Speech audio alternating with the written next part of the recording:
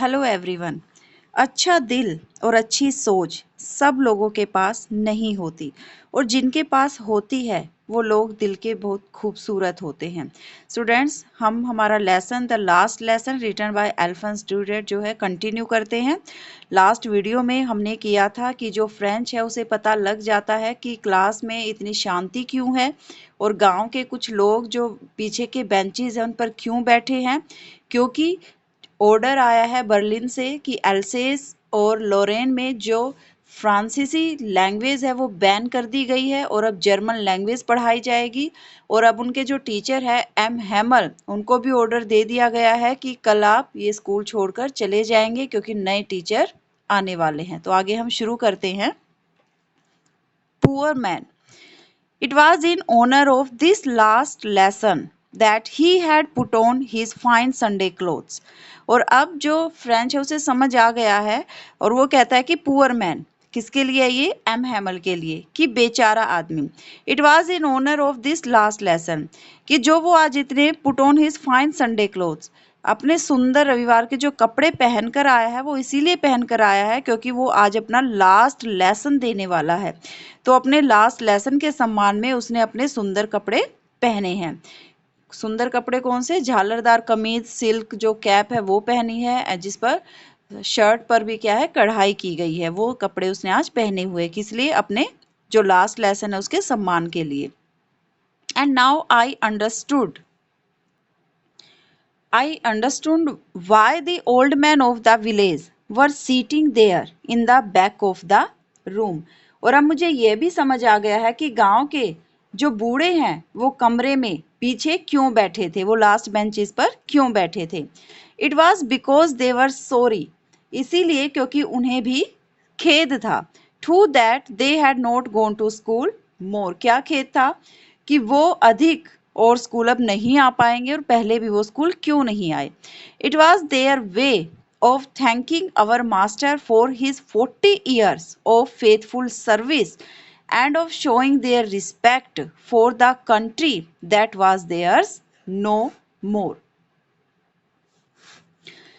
उन्हें खेद था कि अब वो स्कूल में और अधिक क्यों नहीं गए और अब वो नहीं आ पाएंगे।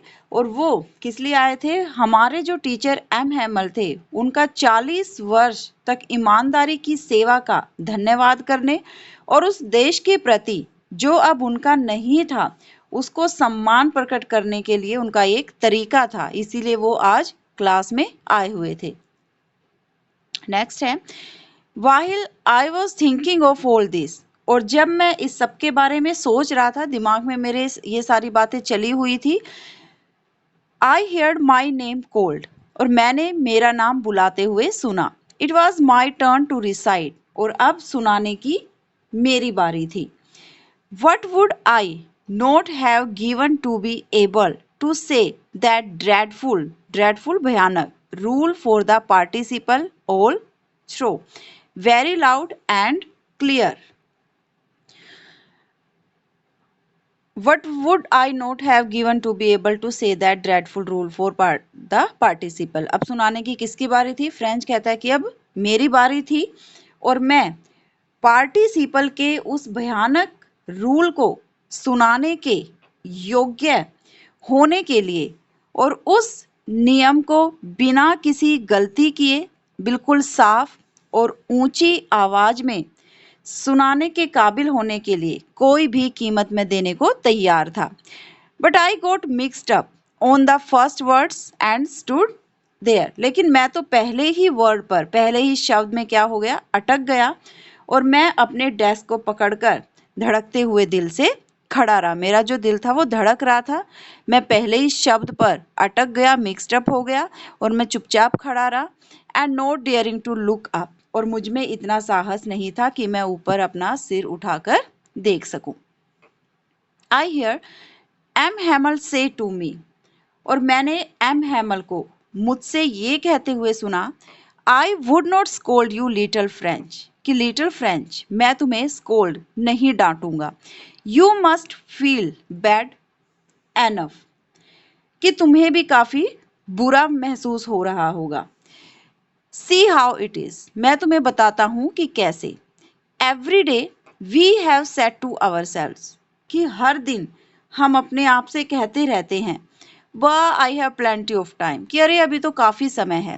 I will learn it tomorrow, कि मैं इसे कल याद कर लूँगा। ये आपके साथ भी होता होगा, आप भी क्या करते हैं कि आज का काम कल पे टाल देते हैं कि नहीं आज नहीं, मैं कल याद कर लूँगा। तो यही बात अब एम हैमर फ्रेंच को समझा रहे हैं कि तुम्हारी गलती नहीं है, मैं तुम्हें बताता हूँ कैसे, कि हम आज का काम कल पर टालते हैं। हम कहते हैं कि अभी काफ़ी समय है, हम इसे कल याद कर लेंगे, कल सीख लेंगे।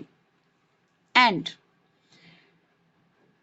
Now you see where we have come out, और अब तुम देखो कि हम कहाँ पर आ गए हैं, हम कहाँ पहुँच गए हैं।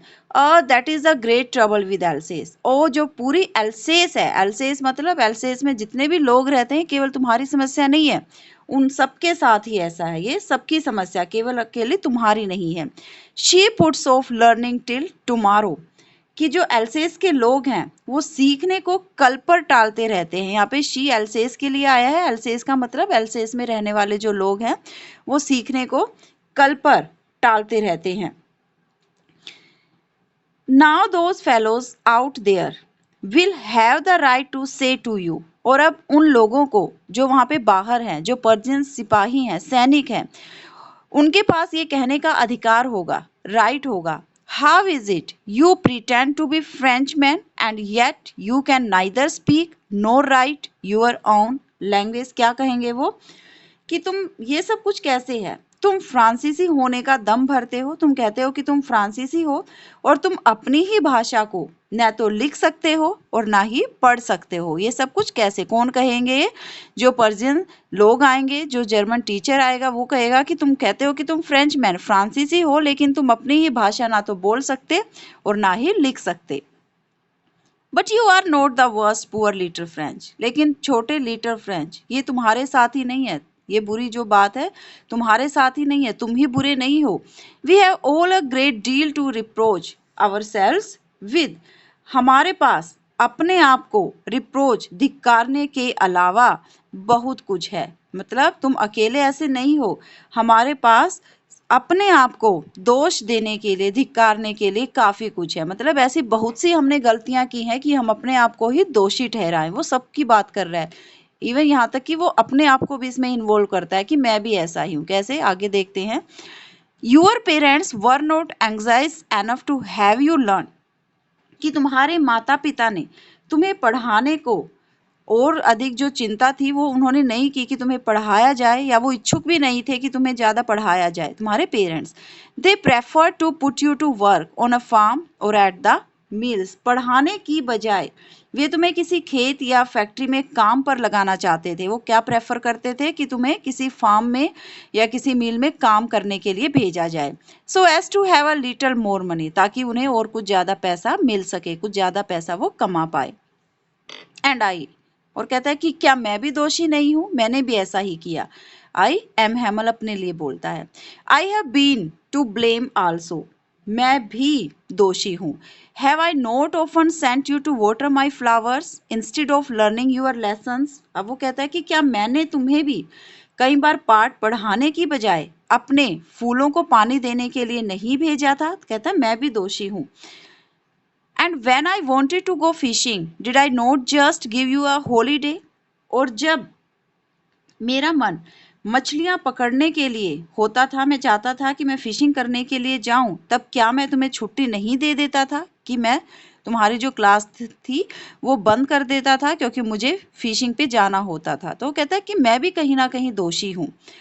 Then from one thing to another, M. Hamel went on to talk of the French language.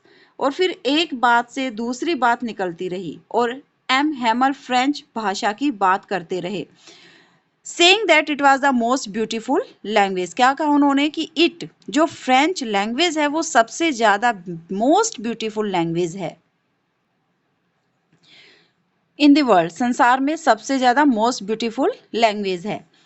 The clearest, the most logical, बिल्कुल स्पष्ट, सबसे स्पष्ट और सबसे लॉजिकल, तर्क संगत। That we must guard it among us and never forget it, और हमें अपने अमंग, हमारे बीच में इस भाषा की रक्षा करनी चाहिए और हम कभी भी अपनी भाषा को ना भूलें।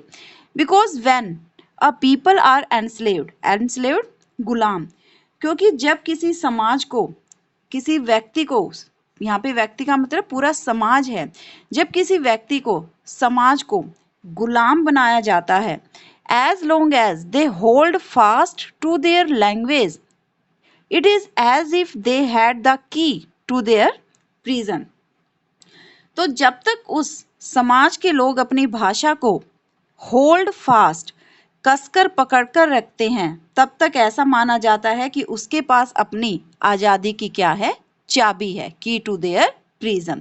तो यहाँ पे एम हैमल उनको कहता है कि मेरे जाने के बाद भी तुम अपनी लैंग्वेज जो है वो मत छोड़ना, उसको कसकर पकड़ कर रखना, उस पर अपना होल्ड रखना, क्योंकि ऐसा कहा जाता है कि जब किसी समाज को गुलाम बना लिया जाता है तो जब तक उसके पास उसकी लैंग्वेज पर पकड़ है तो उसके पास अपनी आज़ादी की क्या है, चाबी है।